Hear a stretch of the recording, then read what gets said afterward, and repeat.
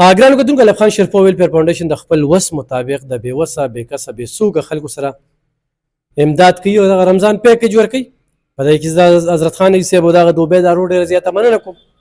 اوس موږ لا یو تقسیم وکړو ریکارډ یې نوم کړه صرف مونځ هم پکې وکړو او موږ وایو چې کور ته لاړ شو نو دارو جماعت یې په کور کې وکړو خو ناممکنه ده ځکه چې ځان ته لږه شیبه پاتې ده. خو په دغه شیبه کې یو داسې زنانه راغله یو داسې تورسرې چې دا عالمه ده خپله مدرسه چلی او غربت را په مخه کړه.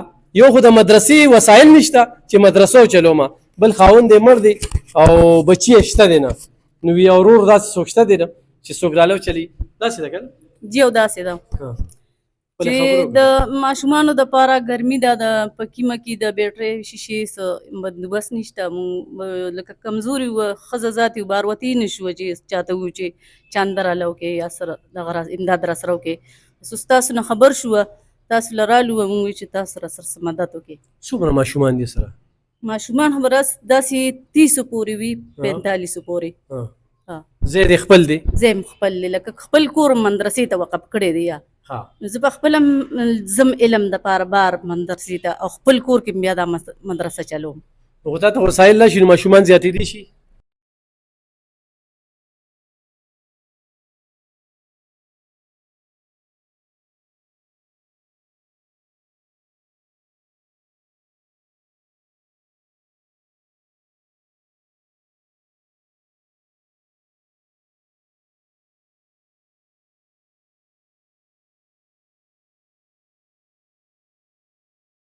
دا دې ټیم باندې راتګ دې ټیم باندې راتګ داسې چې سبا زه بیا مدرسې ته ځم 1:30 بجې 1 بجې چې د هغې نه راشو نو بس بیا خپل کور کې چې دی نو لکه مونځ اودس وکړو بیا چې دی نو لکه د مدرسې واړه راشي هغوی 5 بجې لاړ شي نو بس ډېره زیاته لکه ناوخته په دې شي چې بس مونږ مصروف یو. ښه نور د خوراک څښاک دې څه بندوبست؟ بس د خوراک څښاک د الله پاک ورکړه د بس الله پاک چې څه راکړي هغه خورو.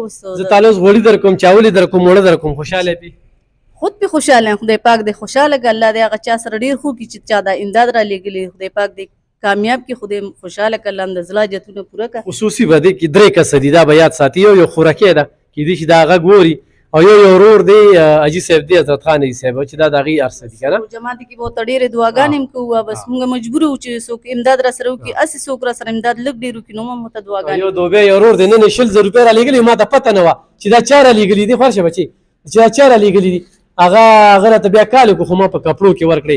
ستاسو والد صاحب کله وفات شي؟ زموږ والد صاحب په فروری کې 4 تاریخ 4 تاریخه 4 فروری 2024. څو وروڼه خویندې؟ بس موږ 2 وروڼه یو. ګټه وټه هم څه ده؟ بس ګټه وټه نشته زه خپله ډیپلوما کوم. ډیپلوما کې؟ او جی هغې پیسې شته؟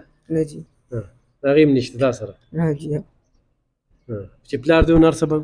او جی بس هر سبا هغوی زه غوړي در کوم چاولې در کوم او روجې در کوم خوشحاله پې. او جی ګرانو کتونکو دا رور دی خو دا بچي څوک سپانسر کوي نو د تعلیم مخکې تلو دپاره د ده دغه ډیپلوما پوره کېدو دپاره پلار یې لاړ مور یې اوس هم په عدت کې دا دونه وخت یې نه دی شوي نو دا ضروري ته هغه زنانه سره هغه عالمې سره خو څوک مدد کول غواړي نو زما په دې باندې کوم نمبر د ما سره کوې زما ورسره رابطه کېږي او که نه یو سړی و چې په خپل لاس یې ورسره کومه نو زه به له موبایل نمبر د دوی ورکم د رابطې نمبر به ورته ورکم د هغه رابطې نمبر د ما ته پته لګي چې څوک ورسره چې ګپ لګوي او که نه څوک ورسره کار کوي نو چې څوک ما نه غواړي نو هغه نمبر ځان سره نوټ کوم نو زه بیا د دې عالمې نه تپوس کوم چې یاره ما دې نمبر دا دغه ورکړو تا سره څه مدد وکړو که نه صرف ګپ شپ یې سره لګو نو د دې سره خو څوک داسې مدد خو زموږ په لاس ورسره کوې نو بالکل دا راتلی شي دلته کې او د دغه مدرسې دپاره ولې یو پیس هم اخیستی شو پکي هم اخیستی شو بلپونه هم اخیستی شو او دغه د زنانه ذات ته په ځان له باندې خاوند یې نشته بچي هم نشته وي 2 بچي به خو وفات شوي دي نو اوس به ځان له یک تنخوا ده نو کېدای شي چې دا لږ په خپلو خپو ودرېږي دا غربت ختم شي دا بیا خپل ژوند هم جوړ کړي او د دې دا مدرسه اوس مکمل کولي ضرور تعاون